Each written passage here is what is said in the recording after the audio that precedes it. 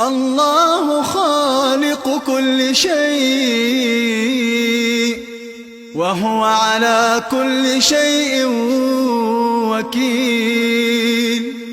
له مقاليد السماوات والأرض، والذين كفروا بآيات الله أولئك هم الخاسرون.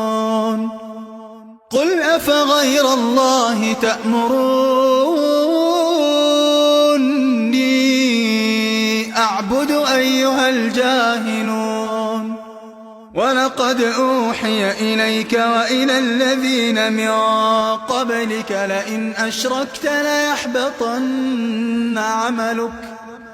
أشركت ليحبطن عملك ولتكونن من الخاسرين.